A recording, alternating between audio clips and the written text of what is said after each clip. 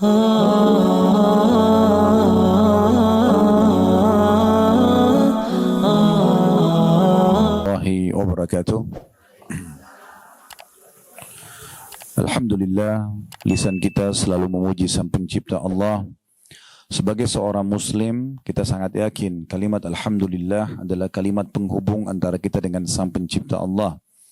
Allah telah menjadikan kalimat Alhamdulillah sebagai kalimat syukur, berterima kasih kepadanya atas segala nikmat yang dilimpahkan, kesehatan, kekuatan, kesempatan, rezeki yang melimpah yang tidak bisa dihitung lagi, sebagaimana Allah sebutkan wa in ta'uddu ni'matallahi la tuhsuha. Kalau kalian ingin coba-coba menghitung nikmat Allah, maka kalian tidak akan mampu menghitungnya. Dan dengan kalimat Alhamdulillah ini sudah cukup mewakili agar semua nikmat yang sedang kita nikmati akan dipertahankan ataupun ditambah. Oleh karena itu jadilah orang yang selalu mengucapkan Alhamdulillah. Selanjutnya kita panjatkan salam hormat kita kepada utusan Allah Nabi besar Muhammad sallallahu alaihi wa ala alihi wa sahbihi wasallam, seseorang yang telah menghabiskan 23 tahun dari masa hidupnya, 13 tahun fase Mekah semuanya dengan gangguan, hinaan, cacian, puncaknya diusir dari kampung halamannya Mekah, dan 10 tahun fase Madinah semuanya dengan penyempurnaan syariat, hukum-hukum Allah, sampai akhirnya beliau meninggal dunia di awal tahun 11 Hijriah setelah menyampaikan semua amanah hukum agama ini. Dan kita diperintahkan mengucapkan salam hormat ini dan dijadikan ibadah oleh Allah subhanahu wa ta'ala. Bapak Ibu sekalian, karena momentum kita Ramadan, maka kita akan membahas seputar Ramadan. Dan tentu bahasannya tentang Ramadan ini sangat banyak sekali. Tapi kesempatan ini kita akan bahas tentang Ramadan dan manajemen waktu. Kita kembali dulu Bapak Ibu sekalian ke dasar sekali tujuan kita ada di muka bumi ini. Kalau ingin melihat dan membuka bisa buka surah Az-Zariyat, surah nomor 51 ayat 56. Ini pondasi awal dan dasar sekali. Kalau Bapak Ibu tanya diri sendiri, kenapa saya ada di muka bumi ini? Untuk apa saya ada di sini? Apa tujuannya, visi misinya? Ya. Surah Az-Zariyat, surah nomor 51, ayat 56. Bunyinya saya bacakan. A'udzubillahi minasyaitonirrajim. Wa ma khalaqtul jinna wal insa illa liya'budun. Al-ayah. Kata Allah, aku tidak menciptakan jin dan manusia seluruhnya. Laki-lakinya, perempuannya, kayahnya, miskinnya, sehatnya, sakitnya.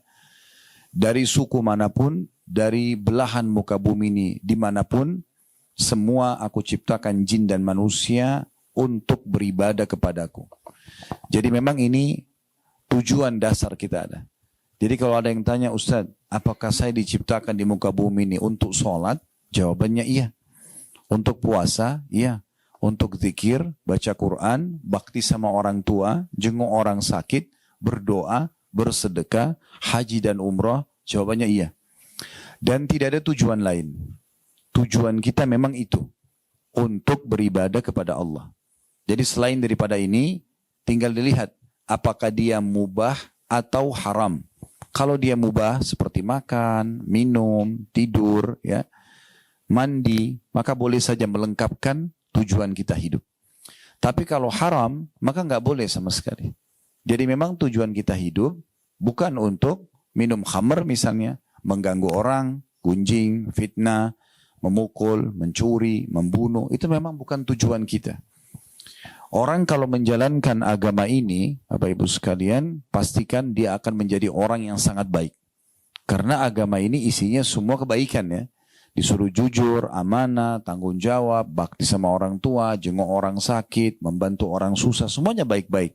Yang buruk-buruk, bohong, membunuh, mengganggu orang, segala macam dilarang.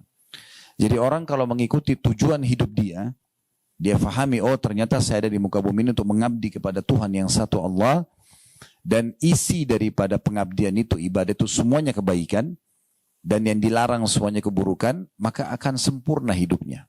Akan bahagia. Orang-orang beriman, Bapak Ibu sekalian, itu hidupnya senang sekali. Karena agama ini bukan siksaan bagi mereka. Tapi agama ini adalah sebuah panduan hidup. Kalau bahasa saya supaya mudah difahami, agama ini seperti bodyguard kita.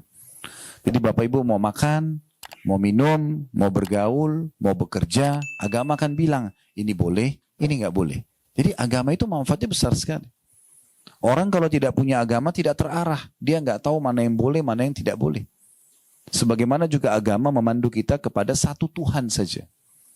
Apapun yang Bapak Ibu bisa lihat di langit sana, misalnya pergantian siang malam, turunnya hujan, burung-burung yang berterbangan, bintang-bintang yang jumlahnya miliaran, tidak terhitung lagi dan jaraknya sekian jauh dari bumi kita ini, yang tidak terjangkau oleh mata kita, mungkin ada ciptaan Allah di sana kita belum tahu. Di bumi juga yang terjangkau oleh mata kita, manusia dengan berbagai macam paras wajah, warna kulit, postur tubuh, suku dan bahasa. Kemudian hewan-hewan dari semut yang kecil sampai gajah yang besar. Dengan tentu ciri khasnya masing-masing hewan tersebut. Sistem pencernaannya, sistem pertahanan tubuhnya, dan populasinya segala macam. Yang unik-unik gitu kan. Kemudian tumbuh-tumbuhan dari rumput kecil sampai pohon beringin yang besar. Buah-buahan dengan beragam macam cita rasa, bentuknya, aromanya dan segala macam. Begitu juga dengan di kedalaman yang tidak terjangkau juga dengan mata ada di muka bumi. Seperti misalnya perasaan-perasaan kita. Kita rasa suka, rasa benci, ya, lapar, haus, rasa tapi nggak nampak. Kemudian juga yang di dalam lautan semua yang terjangkau atau tidak terjangkau oleh mata kita kembali kepada satu pencipta. Itulah yang selalu kita ucapkan la ilaha illallah, la ma'budu bihaqqin illallah. Tidak ada Tuhan, pencipta, pemilik, penguasa apapun yang ada di langit dan di bumi ini kecuali Allah. Nah, ini semua teman-teman sekalian pondasi dasar. Agama Islam mengajarkan kita siapa Tuhan kita, apa yang diperintahkan dan yang dilarang, sehingga kita punya panduan hidup, dan akhirnya kita mendapatkan kebahagiaan dunia dan kebahagiaan akhirat. Coba seandainya Bapak Ibu sekalian, terutama ibu-ibu karena mayoritas yang hadir ibu-ibu tentunya, coba seandainya kalau kita menjadi orang yang soleha, kalau bahasa lainnya kan, bahasa agama itu adalah orang yang patuh kepada Allah, ahli ibadah. Bahasa kita mudah difahami soleha, laki-laki soleh. Kalau kita menjadi seorang sosok soleh atau soleha, nggak boleh makan, nggak boleh minum, nggak boleh bekerja, nggak boleh mengejar titel akademik, nggak bisa mengejar, nggak bisa bekerja untuk mengumpulkan harta. Mungkin sulit jadi orang beriman. Ini enggak. Jadi orang beriman boleh makan semuanya. Tapi ada yang dilarang. Yang dilarang ini sedikit sekali, hanya bentuk ujian. Contoh misal, Allah larang, nggak boleh makan babi. Allah ciptakan babi, itu ini babi ya. Ini bahasa Indonesianya namanya babi, bahasa Arabnya ini khinzir, bahasa Inggrisnya ini, bahasa Cinanya ini semua. Ini saya haramkan jangan dimakan ya, sebagai bentuk ujian.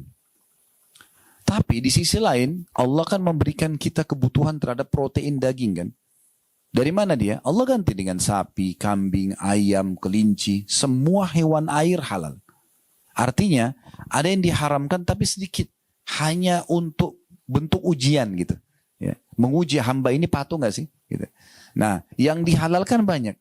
Andai saja kita dikasih hawa nafsu dan kebutuhan terhadap protein daging itu, dan semua daging diharamkan, wajar orang melanggar. Tapi ini enggak.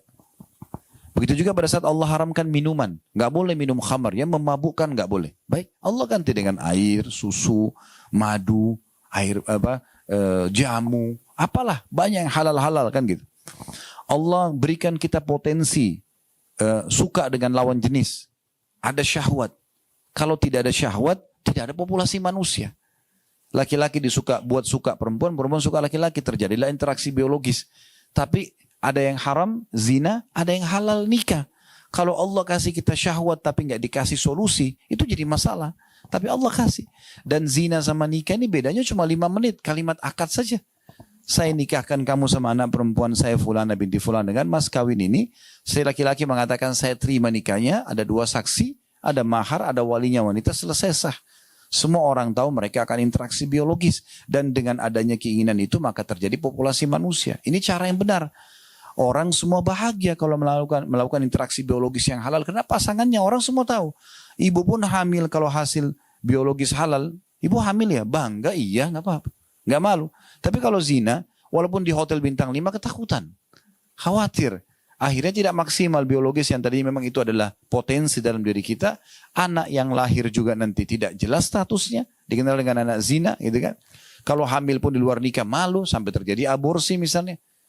Berarti orang kalau patuh kepada Allah, dia jadi orang baik dan dia bisa nikmati hidup. Islam tidak pernah melarang setiap penganutnya untuk meraih prestasi tertinggi dari akademik. Boleh sampai jadi profesor, bahkan dimotivasi. Dalam Islam bahkan kata Nabi SAW, talabul ilm faridatun ala kulli muslim. Menuntut ilmu adalah faridah, kewajiban bagi setiap muslim, laki-laki dan perempuan. Kita nggak boleh bodoh, harus pintar, belajar. Islam suruh itu. Begitu juga, kalau ada yang tanya, apa Islam menyuruh kita menjadi orang kaya? Jawaban saya, iya. Iya. Sudah pernah dengar Bapak Ibu sekalian hadis Nabi SAW, pernah ada sahabat miskin, datang kepada Nabi SAW bilang begini, ya Rasulullah, sahabat-sahabat kami yang kaya mendahului pahala kami. Karena kami sholat, mereka sholat. Kami puasa, mereka puasa. Tapi mereka punya kelebihan. Karena mereka mengeluarkan harta, disedekahkan yang kami tidak punya. Berarti kan ada pahala plus untuk orang kaya. Lalu apa kata mereka? Ya Rasulullah, tunjukkan kepada kami amalan yang bisa mengimbangi sedekahnya orang kaya. Kata Nabi SAW, baca. Habis sholat subhanallah 33. Alhamdulillah 33, Allah Akbar 33. Sahabat miskin pulang amalin. Rupanya beberapa waktu setelah itu datang lagi. Ya Rasulullah, sahabat-sahabat kami yang kaya dengarin hadis Anda. Artinya mereka ikut amalin tuh. Seakan-akan mereka bilang, coba amalan apa lagi dong ya Rasulullah gitu kan. Tapi Nabi SAW tidak ajarin mereka amalan. Nabi cuma mengatakan, dzalika fadlullahi yu'tihi man yasha. Itu karunia Allah yang Allah berikan kepada siapa yang Allah inginkan. Ya kan? Ulama berbeda pendapat panjang lebar Bapak Ibu sekalian tentang mana yang lebih afdol di sisi Allah. Orang kaya yang bersyukur, punya kaya raya harta melimpah dan selalu bersedekah berterima kasih sama Allah, atau orang miskin yang banyak musibah dan cobaan tapi bersabar. Mana lebih afdol? Ini syukur pahala, ini sabar pahala. Terakhir kesimpulannya, ulama mengatakan cenderung orang kaya bersyukur lebih afdol. Karena orang kaya yang bersyukur itu punya opsi. Bisa bersyukur, bisa tidak kan gitu. Tapi kalau orang yang miskin susah, tidak ada opsi lain kecuali bersabar. Dan orang kaya yang bersyukur, itu dia akan bisa membantu 1000 orang miskin. Orang miskin tidak bisa bantu orang kaya. Ya, kecuali mungkin dia jadi jual jasanya itu pun dibayar. Tapi orang kaya tidak bisa diberikan apa-apa oleh orang miskin. Kan gitu. Ini bukan sedang membandingkan ya, tapi kita sedang membahas bagaimana mulianya agama ini selalu menyuruh penganutnya berprestasi. Tapi yang penting kita tahu semua itu diselimuti dengan 5 huruf halal dan menjauhi 5 huruf yang lain haram. Selama halal nikmati, nggak ada larangan. Boleh nggak saya punya rumah besar, tas saya bermerek, mobil saya bagus? Kenapa tidak?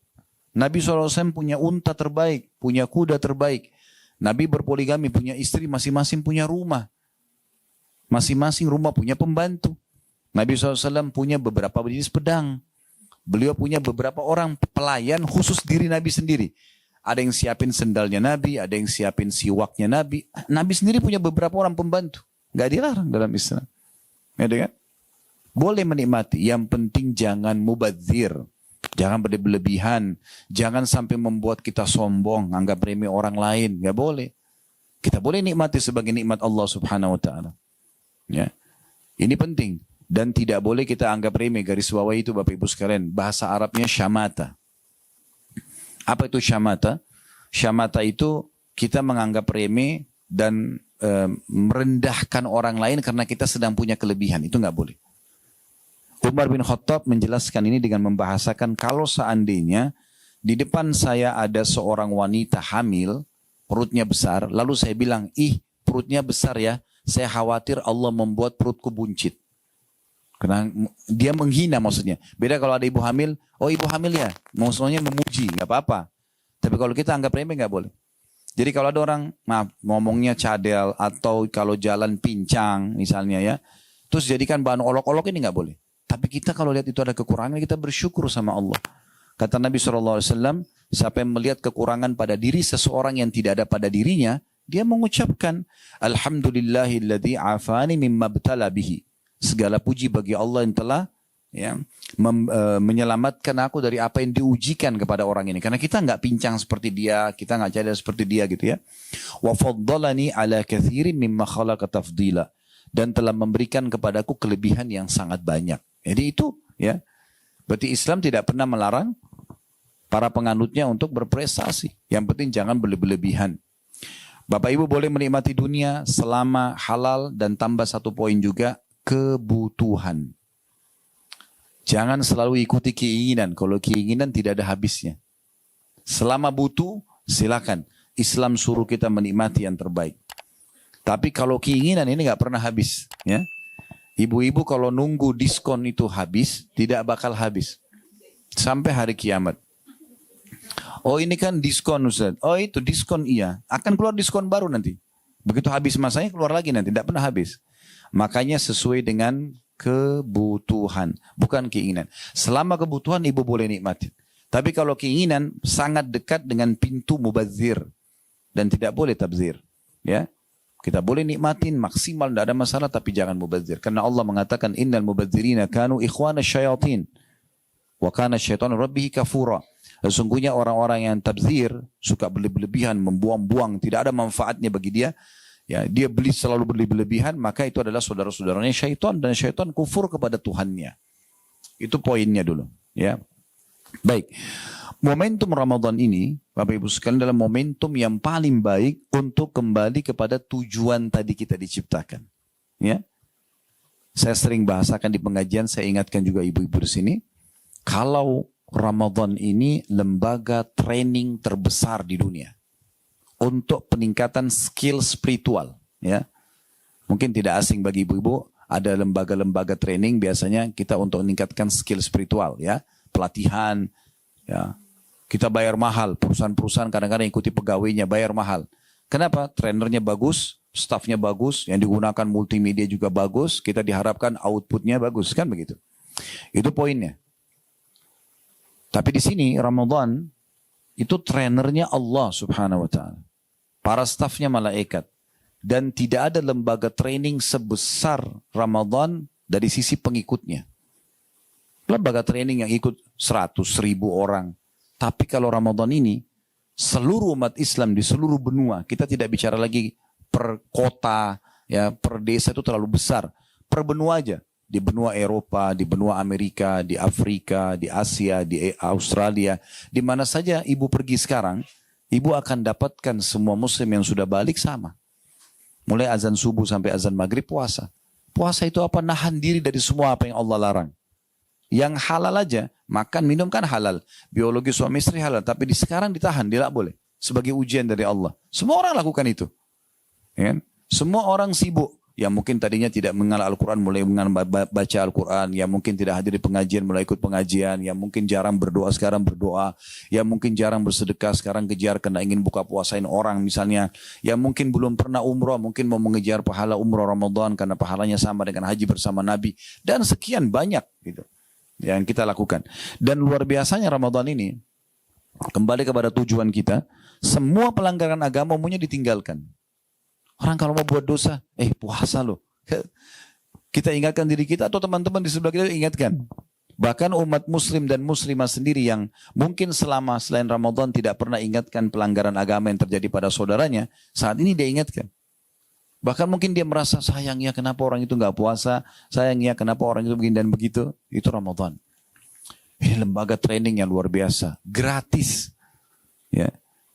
Makanya Nabi SAW setiap tiba Ramadan, ya, Bapak Ibu sekalian, menyebutkan hadis beliau yang masyhur, Atakum syahrul Ramadan, syahrun mubarak. Telah datang kepada kalian bulan Ramadan, bulan yang penuh dengan keberkahan. Makna berkah cukup. Sedikit kita buka puasa sebentar, baru berapa butir kurma, mungkin beberapa potong kue, segelas air, segelas sirup misalnya, atau teh hangat, sudah cukup rasanya. Ya. Sahur juga begitu. Asal orang tidak niat balas dendam, mabuk. Ini karena saya puasa dari subuh sampai maghrib, sebentar saya harus makan 3 piring. Ya susah. Jadi trainingnya gak bermanfaat bagi dia. Ya. Tapi kalau orang ikuti benar-benar sunnah Nabi SAW, kata Nabi apa? Sebaik-baik makanan seorang muslim pada saat buka puasa, riwayat lain pada saat sahur adalah kurma. Kok kurma? Kenapa Nabi tidak bilang daging unta kah, daging sapi kah? Ya, Nabi bilang kurma.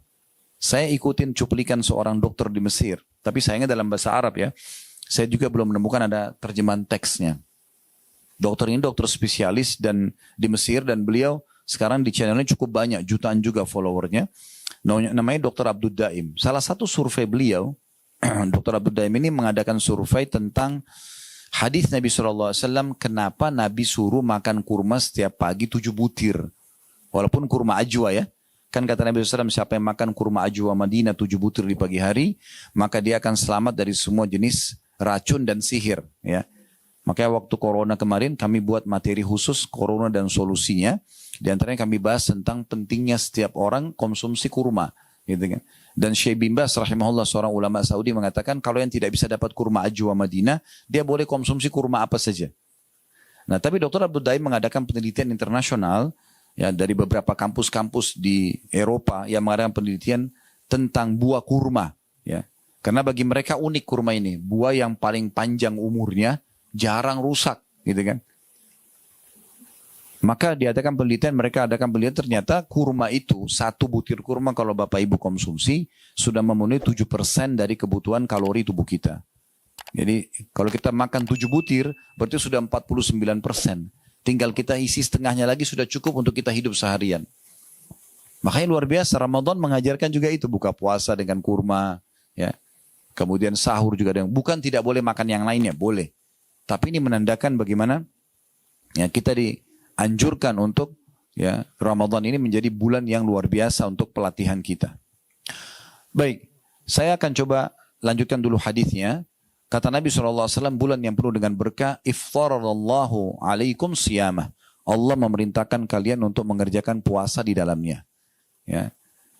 Dan sekarang mungkin tidak asing, di masa kita sekarang lagi booming tentang masalah terapi kesehatan, diet dengan sekian jam puasa, ya, sekian belas jam puasa. Kita sebenarnya tidak butuh itu, karena kita memang sudah dilatih setiap bulan Ramadan. Oleh karena itu nanti kalau selepas Idul Fitri, ibu-ibu saya sarankan ucapkan Alhamdulillah tepat pada tempatnya ya. Kenapa saya bilang begini? Karena banyak orang Muslim begitu Lebaran Alhamdulillah, tapi Alhamdulillahnya salah tempat. Alhamdulillah tanda kutip lepas dari penjara ibadah. Alhamdulillah tidak lagi puasa, Alhamdulillah tidak lagi sholat, Alhamdulillah tidak lagi zikir, tidak perlu lagi begini dan begitu. Bahkan Alhamdulillah sudah bisa buat dosa. Iya kan? Berhenti pacaran di Ramadan, setelah Ramadan buat dosa kembali. Tidak apa-apa. Kan aneh itu. Berarti 1 bulan dia latihan ini sayang benar. Coba Bu bayangkan ya. Sayang nggak kira-kira?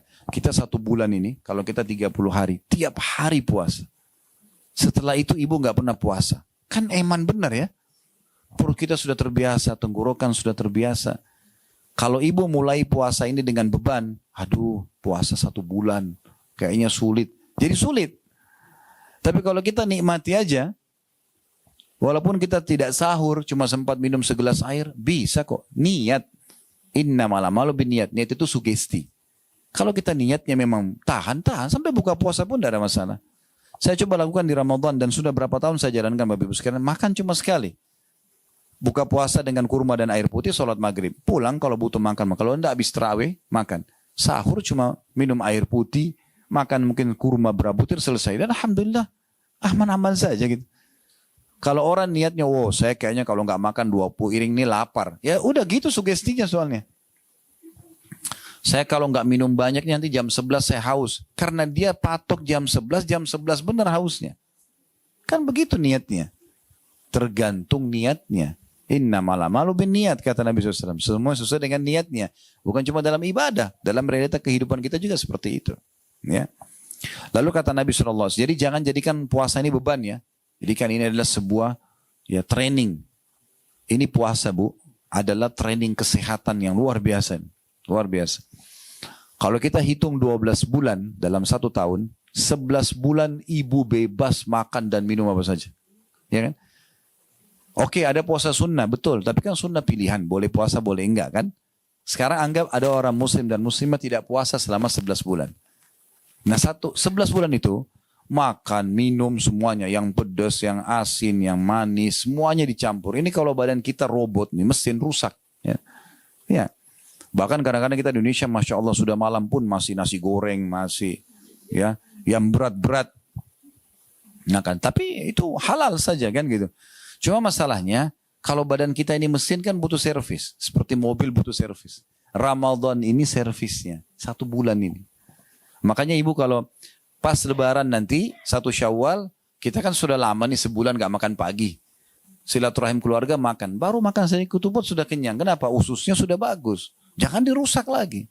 Nah, udah bagus itu. Makanya kita mudah kenyang. Ibaratnya kalau mobil itu sudah diservis, gas sedikit udah kencang mobilnya. Remnya juga bagus. Nah itu Ramadan begitu. Jadi ini bukan penyiksaan. Lalu kata Nabi SAW, fihi tuftahu abwabul jannah. Di Ramadan itu khusus dibuka pintu-pintu surga. Maksudnya dibuka pendaftaran. Jadi seperti iklan gini bu. Mulai 1 Ramadan sampai 30 Ramadan, siapa yang masuk surga silahkan. Nah gitu. Sekarang kalau ada satu kantor, buka lowongan kerja. 1 Maret sampai 31 Maret misalnya. Orang yang datang melamar di tanggal ini jauh lebih besar persentase penerimaan daripada dia melamar setelah itu kan. Karena ini kan lagi dibuka pendaftaran dan seperti itu. Setelah Ramadan bisa kita kejar amal-amalan masuk ke dalam surga. Tapi Ramadan ini peluangnya karena satu dunia semuanya orang buat amalan surga. Semuanya puasa, semuanya sholat, semuanya mayoritasnya lah ya. Ada mungkin 1-2 yang melanggar. Ya. Oleh karena itu surga dibuka. Dan juga kata Nabi wa fihi tughlaqu abwabul jahim. Di Ramadan ini ditutup semua pintu neraka. Enggak ada lagi orang yang masuk neraka. Dalam riwayat lain, sesungguhnya di Ramadan Allah memiliki hamba-hamba yang dihapus namanya dari neraka. Dan itu terjadi di setiap malam. Jadi ibu bisa mohon kepada Allah, ya Allah selamatkan diriku dan keluargaku ya dari api neraka. Itu Ramadan ada penghapusan. Jadi tidak ada nama kita di neraka. Gitu. Itu di Ramadan. Wa tughallu fihi syayatin, dan di bulan Ramadan diikat semua setan-setan yang biasa sesatin kita, suka bisikin supaya buat dosa, supaya gosip, supaya melanggar agama, itu lagi dibelenggu. Ibu tahu dibelenggu ya, lehernya diikat, tangannya dua-dua diikat, kakinya diikat. Jadi kalau kita ibaratkan ini supaya mudah difahami, kalau kita mau lomba lari ya di garis start, tapi rival kita itu dibelenggu, kakinya diikat, tangannya diikat, kita biar jalan santai tetap menang kan? Nah begitu tuh Ramadan tuh. Jangan nanti setelah Idul Fitri jarak ibu sama syaitan sudah 1 bulan, ya. Tapi begitu Idul Fitri tunggu di situ, tunggu syaitannya datang lagi, ya. Tinggalkan semua ibadah, mulai buat dosa, syaitannya kejar, dikuasain lagi. Sekarang kesempatan, ya. Jadi ini luar biasa bulan Ramadan ini. Lalu kata Nabi SAW, fi lailatun khairu min alfi syahr. Di bulan Ramadan itu ada malam lebih baik daripada 1000 bulan. Kita sudah tahu Lailatul Qadar. Tapi kan Ustaz itu kan di akhir bulan. Benar. Kalau dari awal bulan ibu tidak berusaha, akhir bulan nggak dapat. Semua orang bisa lewatin malam ganjil, tapi belum tentu semua dapat taufik ya dari Allah untuk bisa mengerjakan ibadah di saat itu. Kecuali ibu dari garis startnya sudah melakukan itu. Masuk akal nggak bu? Kita lomba lari, dari awal kita santai-santai jalan semua sudah lari. Nanti garis terakhir baru kita mau kencang. Nggak bisa. Nggak mungkin bisa kita kejar orang. Sudah jauh dia. Kan gitu. Nah seperti itu. Jadi harus dari awal kita berbuat kebaikan. Nah Lailatul Qadar di malam-malam ganjil ini kata Allah lebih baik daripada 1000 bulan. Atau 83 tahun plus 3 bulan sekian. Artinya kalau ibu baca subhanallah pas Lailatul Qadar, ibu dapat pahala subhanallah sama dengan 1000 bulan mengucapkannya. Atau 83 tahun plus 3 bulan sekian. Ibu sedekah sama, ibu sholat sama, semuanya sama. Maka ini pelipat gandaan pahala yang luar biasa. Ingat, dapat Lailatul Qadar justru orang yang paling ikhlas dan memulai dari garis start awal. Sama dengan ibu kalau fahami hadis, siapa yang akhir kalimatnya la ilaha illallah masuk surga. Kalau ada orang bilang, udahlah kalau gitu nanti kalau saya sudah mau mati, baru saya bilang la ilaha illallah. Iya kalau keburu. Ya. Kata ulama, orang yang Allah kasih ucapkan akhirnya la ilaha illallah ini orang yang dari awal hidupnya sudah ngejar itu. Dia udah berusaha. Itu Allah kasih pada saat mau mati. Kalau enggak dikasih. Orang enak benar setelah ucapkan itu langsung masuk surga. Nah ini berarti orang yang betul-betul memahami dan mengamalkan kalimat itu gitu. Lalu kata Nabi SAW, ini yang jadi saksi bahasan kita di akhir hadis, man haruma khairaha fakat harum. Siapa yang terharamkan dari kebaikan-kebaikan Ramadan, maka dia telah terharamkan dari semua kebaikan. Orang kalau tidak berubah menjadi lebih baik di Ramadan, maka tidak akan pernah berubah selamanya. Kan gitu. Ada saatnya, Bapak Ibu sekalian, kita lewati hidup-hidup kita mungkin dengan pelanggaran agama, lalu kita taubat. Ada saatnya kita taubat, harus kita kembali dan menjadi orang yang lebih baik dari sebelumnya. Sampai kapan kita mau lalai, gitu kan?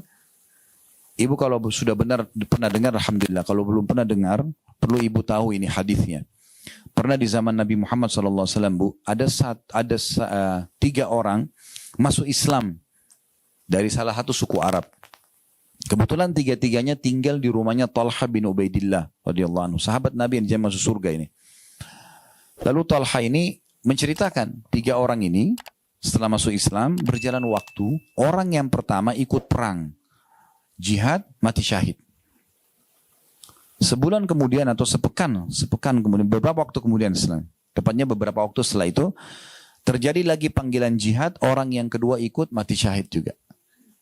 Berjalan waktu lagi, ternyata orang yang ketiga mati, tapi bukan mati di medan perang, mati biasa di ranjang, datang ajalnya meninggal.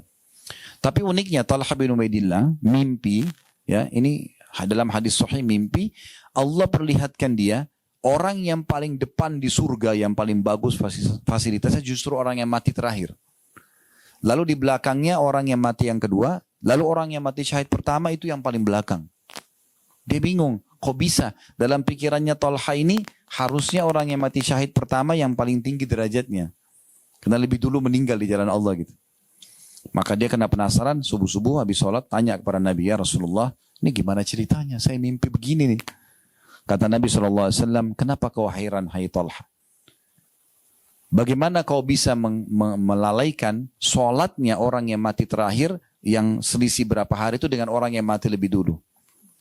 Artinya, ibu kalau umur misalnya 60 tahun, 70 tahun, ada orang yang sama dengan ibu umur 70 tahun, tapi dia sudah meninggal seminggu yang lalu, ibu masih Allah kasih umur, ibu masih punya kesempatan mengalahkan derajat dia di surga karena berapa hari itu.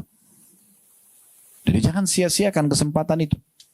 Sebenarnya, karena penyesalan selalu ada terakhir. Pernah Nabi Muhammad SAW, Bu, lewat di satu kuburan, beberapa kuburan, tapi beliau berhenti di dekat satu kuburan. Lalu lalu sahabat semua pada berhenti. Lalu Nabi SAW tunjuk kuburan itu sambil berkata, demi zat yang jiwaku dalam genggamnya, maksudnya demi Allah, sungguh pemilik kuburan ini ya, lebih mencintai 2 rakaat yang sempat kalian lakukan, sunnah pun ya, 2 rakaat daripada dunia dan seluruh isinya. Apa maksudnya? Kalau orang mati ini sekarang dihidupkan, lalu disuruh pilih, mana yang kau pilih? Apakah ke restoran favorit? Apakah kumpul keluarga? Apakah bisnis, meeting misalnya? Apakah ini dan itu? Atau sholat 2 rakaat? Dia akan pilih sholat 2 rakaat. Karena dia sudah tahu yang dia perlukan itu. Jadi kalau Allah masih kasih kesempatan, jangan sia-siakan. Sebagian ulama mengatakan, andai saja orang mati dihidupkan kembali, dan disuruh pilih 1 hari saja.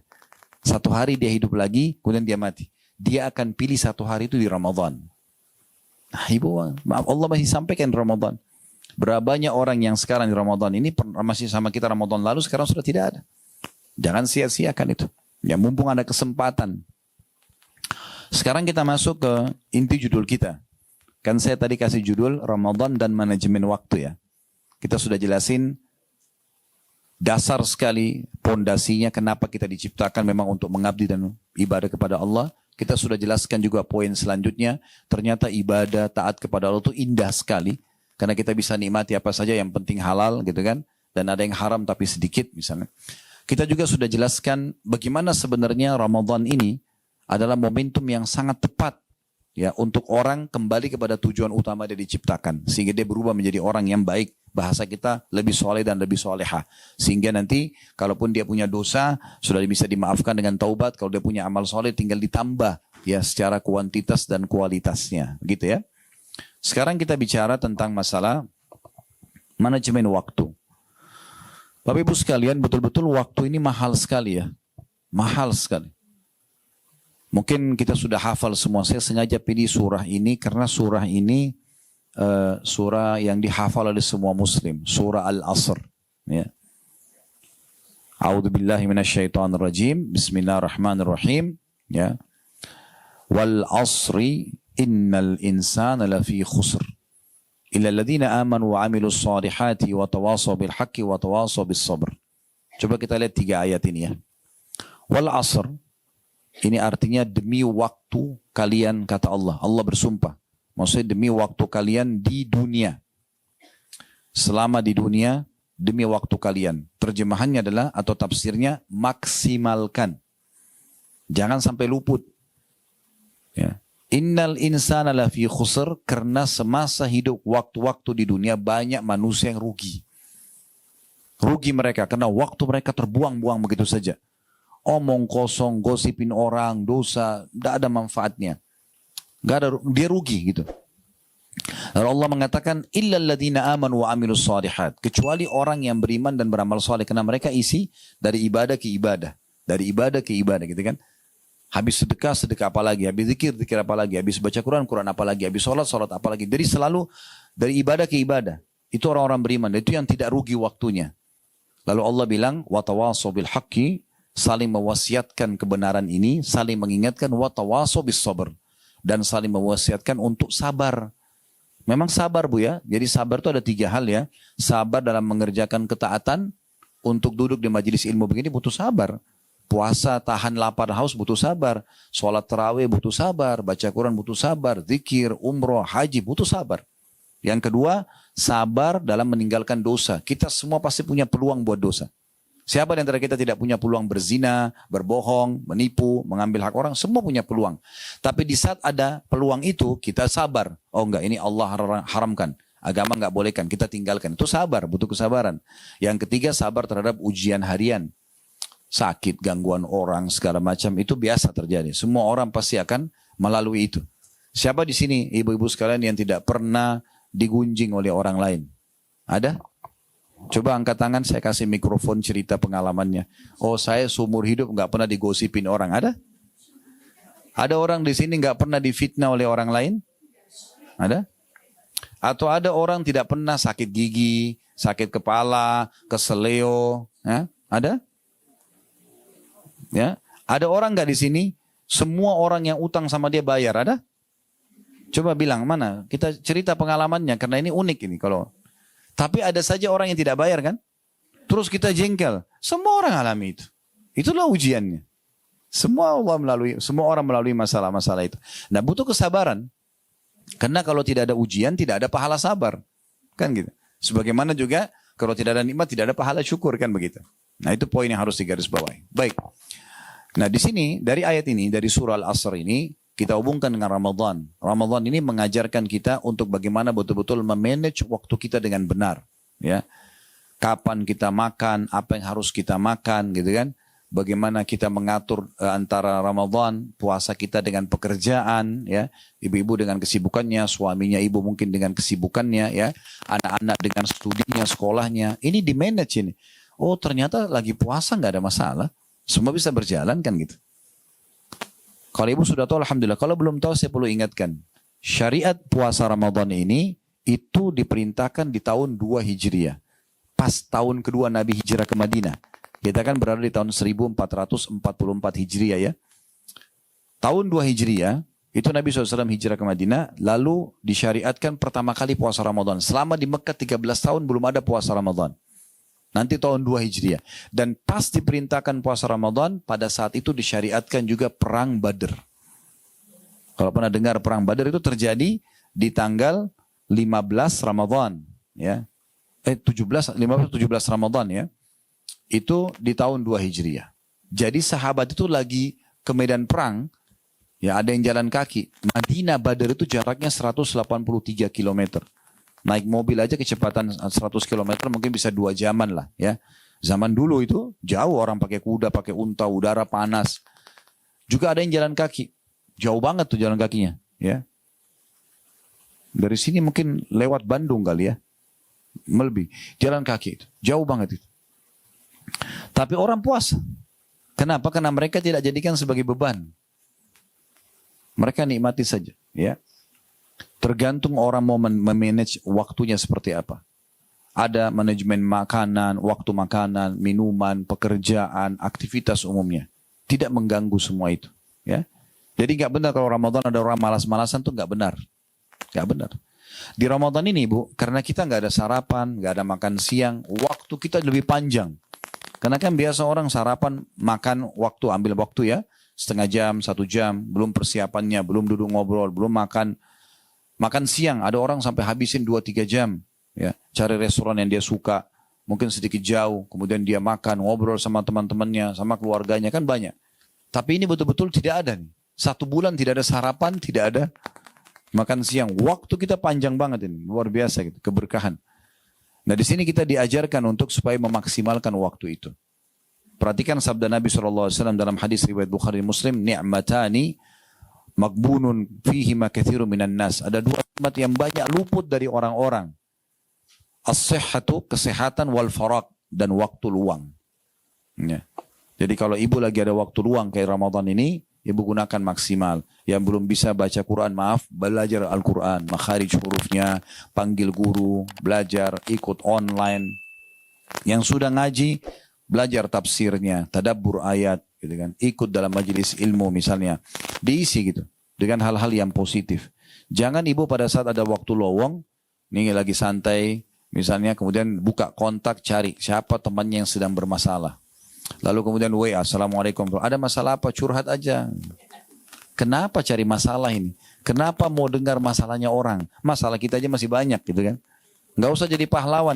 Kalau ibu ahlinya, ibu seorang ustadz atau ustadzah, ibu seorang psikiater misalnya, memang orang konsul, dokter, lain. Tapi kalau kita untuk apa? Akhirnya ibu jadi jengkel karena dia lagi ribut sama suaminya. Oh memang suami kamu itu buruk. Ibu dosa juga. Padahal belum tentu dia benar ya. Saya pernah di pengajian di Kampung Melayu waktu itu. Ada seorang ibu kasih kertas pertanyaan.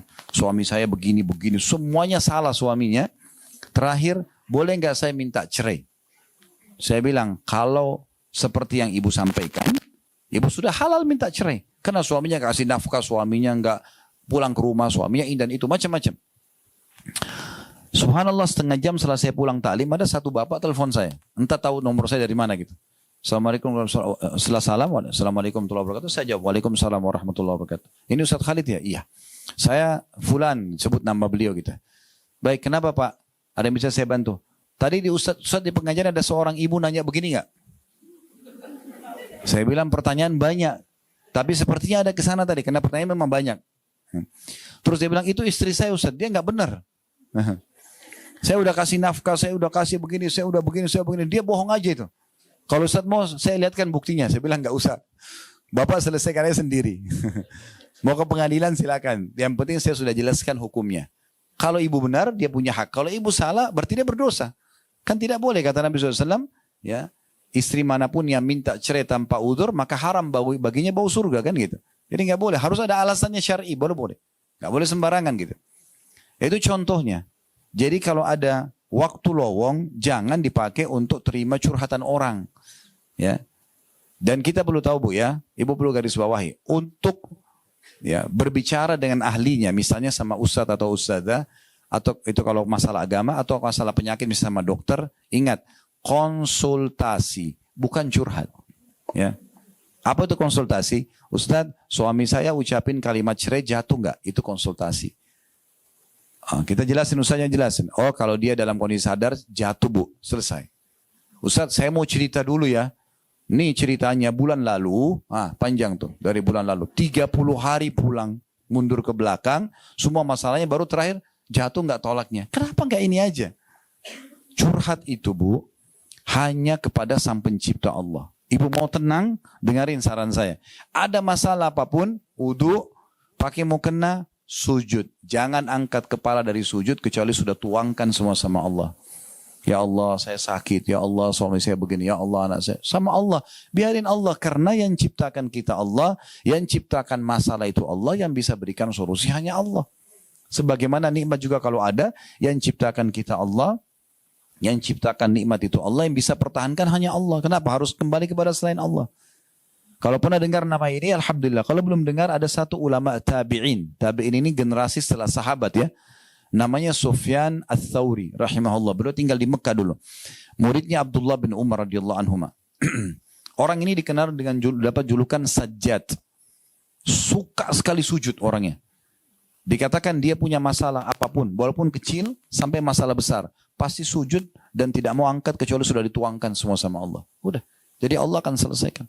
Apa kata Nabi SAW? Siapa yang menghadapi masalah, mengembalikannya kepada Allah, dia akan temukan jalan keluarnya. Siapa yang punya masalah, tidak mengembalikan pada Allah atau bergantung pada manusia, Allah akan biarkan dia dengan masalahnya. Tidak akan ada selesai. Ibu ceritain masalahnya dengan temannya. Temannya punya pemikiran yang berbeda. Maaf, ibu punya masalah rumah tangga. Ibu bicara sama, ini saya tidak tahu, ibu saya tidak kenal di sini. Jangan tersinggung dengan saya kalau sebut ini ya. Misalnya dia konsen sama seorang janda. Gagal rumah tangga. Lalu dia sebutkan, suami saya begini. Saran dia apa? Cerai. Karena sama statusnya kan. Udah cerai aja, saya juga begitu kok. Nah kan jadi salah. Harus sama orang yang tepat. Mana orang yang sudah berumah tangga 30 tahun, 50 tahun sukses. Nah itu konsultasi itu benar. Tidak boleh. Pernah ada kasus rumah tangga bercerai, Bapak Ibu sekalian. Hanya karena si istri suka curhat sama adiknya yang masih gadis. Ngerti apa sih adik ini? Karena adiknya ini sudah bingung setiap kali ada masalah selalu tuangkan, kakaknya tuangkan ke dia. Kak cerai aja kak, untuk apa? Dia nggak ngerti karena dia belum punya suami, dia nggak paham. Dia nggak pikir tentang nama baik, tidak pikir tentang masalah yang lain, tidak pikir anak-anak karena dia belum tahu. Lucunya, uniknya si istri ikutin adiknya. Setelah cerai baru nyesal. Karena ini jadi masalah, karena bukan pada ahlinya. Kita bukan sedang bahas rumah tangga, ini contoh saja supaya mudah difahami. Jadi harus kepada ahli yang benar, gitu kan? Yang Ramadan ini mengajarkan kita semua untuk kembali ke situ. Karena banyak hukum-hukum agama yang kita tidak paham. Kita kembali kepada ahlinya. Ya, konsultasi kepada ahlinya. Ada masalah yang ibu tidak tahu, ibu tanyakan hukumnya. Dengarkan ceramah-ceramah hampir semua radio, TV ya di Ramadan ini ya. Media-media, YouTube, Instagram, ceramah tentang Ramadan. Termasuk kita bahas hari ini juga tentang masalah Ramadan. Semua itu untuk memberikan edukasi yang tepat tentang masalah Ramadan itu. Baik, waktu ini Bapak Ibu sekalian kalau Anda tidak maksimalkan dengan kebaikan, itu berbahaya sekali. Karena waktu nggak bisa terulang. Nggak bisa terulang. Misal contoh, anggap ada orang tadi subuh dia nggak sholat. Misal, ini contoh saja ya. Tadi subuh dia tidak sholat. Misal, karena dianggap itu sholat tidak penting bagi dia misal. Terus siang hari atau sore begini ikut pengajian. Oh ternyata kita harus sholat ya. Kalau enggak nanti saya dihukum sama Allah karena sholat kan wajib. Misal, kita kan bukan bahas sholatnya, tapi misalnya ustadznya bahas tentang sholat. Baru dia tersentuh secara keimanan. Sekarang saya mau sholat. Baik, pertanyaannya, bisakah dia setelah itu sholat subuh? Udah nggak bisa, karena sudah lewat waktunya. Ya kan? Luput dari dia itu. Dia baru mau sholat asar, berarti dia sholat asar sekarang. Karena tadi subuh sama duhur ditinggalkan secara sengaja. Kalau ibu tinggalkan punya udzur, ibu ketiduran, ibu lupa, boleh ibu sholat. Tapi kalau ibu sengaja nggak mau sholat, lalu ibu sekarang lewat waktunya, baru ibu mau sholat, nggak bisa. Karena sudah sengaja ibu tinggalkan. Kan gitu. Peluang amal soleh ibu nggak bisa terulang. Setiap datang kesempatannya, raih secepat mungkin. Saya pernah punya pengalaman, beberapa pengalaman, tapi ini diantaranya. Yang saya terus terang sampai hari ini dan insya Allah mungkin sampai saya meninggal, saya akan coba jadikan pelajaran gitu. Bagaimana orang harus maksimal dan sesegera mungkin eksekusi ibadah itu. Ya, kalau ada penawaran ibadah jangan diskusi sama syaitan. Syaitan bisikin gak usah. Eksekusi langsung. Kesempatan itu belum tentu terulang lagi. Dan selalu jadikan prinsip, kalau saya bu ya. Prinsip saya adalah, saya kalau ada peluang ibadah, saya jadikan itu prinsip ibadah terakhir saya. Anggap setelah ini meninggal. Karena banyak orang begitu. Pas dia selesai sedekah dia meninggal. Atau pas dia lagi habis buat dosa dia meninggal. Kan bisa saja begitu. Maka harus hati-hati. Pernah waktu saya keluar dari salah satu pengajian di Jakarta Selatan. Pas keluar azan duhur. Saya ingin ke masjid. Subhanallah pas saya keluar ada satu ibu. Kelihatan memang orang susah. Pakaiannya segala gendong anak. Dia ulurkan tangan minta uang gitu. Saya sudah niat memang mau memberikan. Tapi waktu itu saya berkecamuk antara kasih ini atau saya sholat dulu. Saya juga takut kehilangan takbiratul ihram pertama imam karena punya kedudukan ya. Saf awal sholat bagi laki-laki kan itu punya keutamaan semua ya. Karena kata Nabi SAW, kalau manusia mengetahui apa yang Allah janjikan di azan dan saf pertama, maka mereka akan mendatangi keduanya walaupun merangkak karena pahalanya besar sekali. Saya bilang sama ibu itu, Bu, insya Allah nanti selepas sholat ya, Dengan tenang saya jalan. Saya berpikir waktu itu, oh sudahlah, saya habis sholat tetap saya akan kasih kok. Subhanallah, habis sholat ba'diyah dzhur, saya pulang kembali ke pengajian itu, ada mau ambil mobil di parkiran. Saya lihat kiri kanan ibu itu nggak ada. Tiba-tiba saya ada rasa menyesal. Kenapa tadi saya nggak bantu ya? Terus saya naik mobil keliling 3 kali bu, saya putar di situ. 3 kali saya mutar tidak ketemu ibu itu.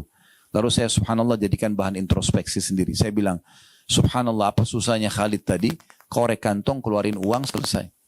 Tapi begitulah syaitan kadang-kadang bisikin kita, menunda, ya kalau dia tidak bisa buat kita berbuat maksiat, minimal menunda-nunda amal soleh kan. Sebenarnya kita tidak sadar.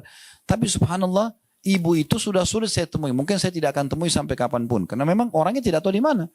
Berarti peluang yang harus dicatat di buku amal kita. Pada hari itu Khalid bisa sedekah kepada fulana, hilang. Kan gitu. Nah ini luput. Nah itu masalahnya. Kalau ibadah itu tidak bisa kita ulangi kesempatannya. Tidak bisa diulangi. Pengalaman yang lain, saya pernah kedatangan tamu di rumah. Waktu itu duduk, duhur kebetulan jam 12 lewat.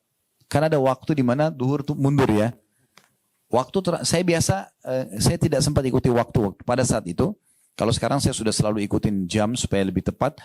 Maka waktu itu saya tidak ikut. Saya cuma andarin azan dekat rumah. Oh azan kita ke masjid. Saya ngobrol sama seorang ikhwah, seorang laki-laki datang. Ngobrol-ngobrol. Sudah jam 12 lewat 10 gak kedengaran azan. Kok bisa nih? Terus saya bilang sama dia, ayo kita ke masjid yuk. Naik motor sama-sama boncengan. Pas tiba di masjid, subhanallah, imamnya lagi sujud rakaat pertama. Ternyata mikrofon masjid rusak. Jadi nggak kedengaran. Ini kalau kita andalin mikrofon masjid kan jadi masalah juga. Rusak dia nggak nyala. Terus saya sambil masuk masjid sambil saya berpikir, subhanallah. Saya bahkan tidak bisa bilang sama imam, imam kembali dong ke rakaat pertama sebab saya mau dapat takbiratul ihram. Nggak bisa. Sampai hari kiamat, sholat duhur itu, di hari itu, saya masbuk 1 rakaat. Dan tidak bisa diperbaikin selamanya. Itu bahayanya kalau luput kesempatan-kesempatan ibadah. Jadi harus hati-hati sekali. Hati-hati sekali.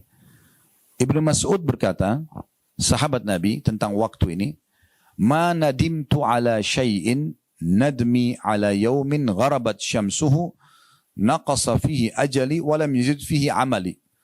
Artinya, tidak pernah kusesali selain keadaan ketika matahari terbenam. Tidak pernah penyesalanku memuncak seperti memuncaknya pada saat matahari terbenam, ajalku makin dekat, sementara amalku tidak bertambah. Sementara amalku tidak bertambah. Dalam satu kisah yang lain, ada seorang salafus saleh, dia lewat di satu pinggir jalan, Bu. Ada anak-anak muda lagi duduk, ngobrol-ngobrol kosong gitu. Nggak jelas arahnya kemana. Sambil dia lewat, sambil dia bilang sama murid-muridnya, kalau seandainya waktu anak-anak muda ini bisa dijual, saya beli untuk saya pakai hal yang bermanfaat. Mereka tidak tahu itu. Mereka buang-buang saja sia-sia begitu. Ya. Sebagai penutup perkataan Hasan Basri, min alamati i'radillahi 'anil 'abd, salah satu tanda Allah itu menjauh dari seorang hamba, ay yaj'al syughlahu fima la ya'nihi khudlanan minallahi azza wajalla. Salah satu bentuk Allah menjauhkan dia dari seorang hamba karena dia suka buat dosa adalah Allah menjadikannya sibuk dalam hal sia-sia sebagai tanda Allah menelantarkannya. Jadi kalau ibu misalnya, maaf saya bahasakan ini, kalau ibu misalnya azan, terus kuping kita ini kayak dengar azan itu. Terdengarin mikrofon masjid, hayya ala sholat, lagi di jalan kah, lagi di rumah kah, Allah sedang sampaikan peringatannya. Ingat Bu, Allah nggak akan turunkan tangan dari langit, ayo sholat, nggak. Allah berikan kita pendengaran, Allah berikan kita penglihatan, Allah berikan kita hati. Allah turunkan Al-Quran untuk dibaca, tinggal kita mau. Allah bilang, faman sya'a falyu'min wa man sya'a falyakfur. Yang mau beriman silakan, mau beramal soleh silakan, yang mau kufur silakan. Allah tidak pernah larang. Tapi ingat Bu ya, nanti orang hari kiamat masuk ke neraka, dia masuk neraka dalam kondisi mengakui keadilan Allah. Karena Allah tidak pernah suruh dia berzina, tidak pernah suruh dia berbohong. Allah larang, sudah turun dalam kitab. Dan Allah juga tidak turunkan malaikat, ayo kamu nggak boleh ini, nggak boleh dipaksa, nggak dipaksa. Cuma sudah turun peringatan. Maka orang yang cerdas adalah orang yang selalu engah dengan masalah ini. Setiap ada peluang amal soleh jangan sia-siakan. Setiap ada kesempatan dosa maka hindari. Kalau pernah berbuat segera taubat kepada Allah subhanahu wa ta'ala. Terakhir Bu juga saya tambahkan ini. Hari ini, detik ini sekarang yang kita sedang duduk di rumah ini, sedang pengajian ini adalah hari emas Ibu. Umur kita yang sebenarnya adalah umur ya yang sudah berlalu. Kedepannya jangan mengkhayal. Ya. Siapa di antara kita umur 40 tahun, itulah umur dia 40 tahun sampai hari ini. Umur 50 tahun, itu 50. 60 tahun, 60 tahun. 70 tahun, 70. Itulah umur dia. Karena sudah dia nikmati dan lalui. Sampai hari ini. Kalau dia masih hidup hari ini, maksimalkan. Besok, tanda tanya. Kita tidak pernah tahu. Sesekali ibu boleh buka cuplikan di YouTube, judulnya mati tiba-tiba. Bukan menakut-nakuti. Lihat orang lagi jalan, meninggal. Lihat orang lagi ngobrol, meninggal. Itu bisa terjadi. Ingat Bu, rumah sakit dengan seluruh staf dan pasiennya, kalau kita jumlah, saya tanya, mana lebih banyak? Mereka atau orang yang lula-lalang depan rumah sakit? Mana lebih banyak Bu? Hah? Orang lula-lalang. Artinya orang mati dalam kondisi sehat lebih banyak daripada orang sakit. Jangan mengkhayal masuk ICU baru meninggal. Belum tentu kita masuk ICU. Kan gitu. Jadi maksimalin. Juga agama ini hanya datang peringatan seperti ini Bu. Kami para ustadz dan para dai hanya bisa menceramai dan menyampaikan seperti ini. Semua keputusan di tangan Bapak Ibu sekalian. Bapak Ibu mau mengambil ini sebuah nasihat. Karena kita semua di sini duduk bukan untuk seremoni saja meramaikan. Atau testimoni coba-coba. Kita memang untuk belajar kan gitu. Maka kalau ada poin penting, pelajaran penting ambil dan terapkan. Kalau bukan ibu, lalu siapa yang akan mengubah? Harus diri kita sendiri. Dan saya sarankan juga, kalau ibu mau berubah menjadi orang yang lebih dekat kepada Allah, lebih dekat dengan agama, mumpung momentum Ramadan, jangan setengah-setengah. Kalau mau hijrah, mau jadi orang baik, 100%, sekaligus jadi orang baik.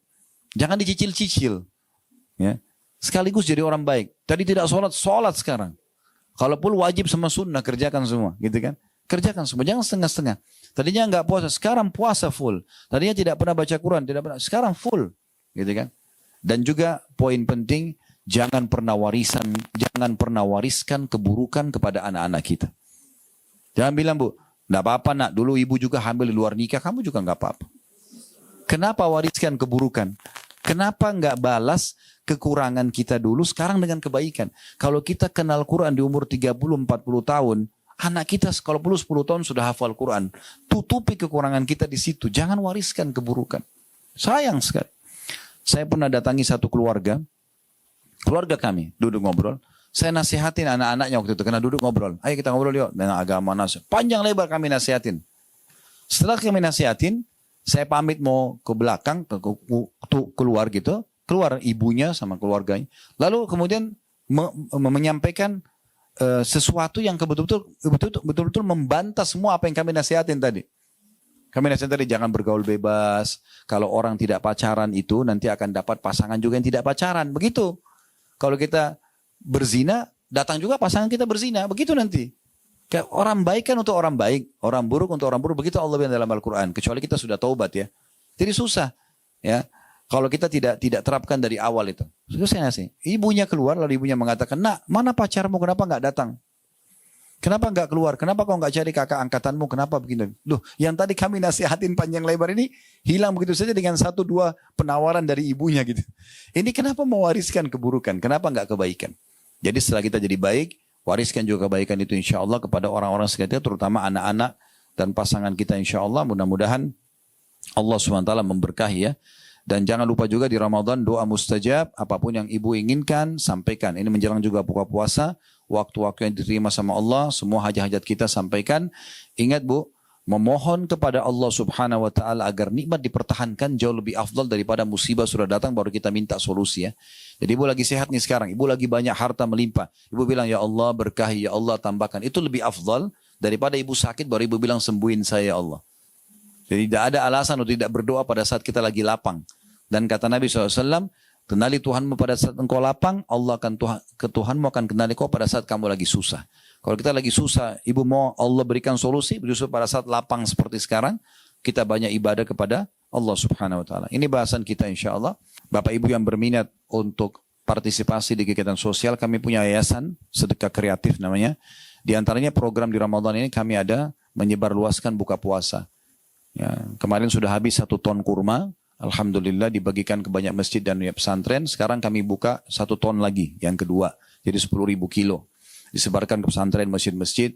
Kami juga ada pembagian buku, ada pembagian baju-baju busana muslim untuk para ustadz dan ustadzah misalnya. Dan ada kegiatan yang lain. Juga kami ada donasi untuk buka puasa di Mekah. Ya, kami buka di Masjidil Haram, alhamdulillah mulai dari awal Ramadan kemarin sampai nanti akhir Ramadan, kami tiap hari membuka puasakan orang di sana. Bagi yang berminat nanti insya Allah bisa melihat flyernya semua ada ya di Instagram kami, tinggal dilihat di Khalid bin Salama ada berapa per paketnya, transfer ke rekening mana semua ada. Saya cuma berikan informasi secara umum. Kami pun menerima zakat mal, alokasi sedekah dan infak. Ya ini mumpung di bulan Ramadan. Dikatakan oleh Nabi SAW, dikatakan oleh para sahabat Nabi SAW adalah orang yang paling dermawan dan lebih dermawan lagi di bulan Ramadan. Ya ini kesempatan emas juga bisa berbuat baik insyaAllah. Mungkin begitu saja. Mudah-mudahan bermanfaat. Subhanakallahumma bihamdika. Asyhadu an la ilaha illa anta astaghfiruka wa atubu ilaik.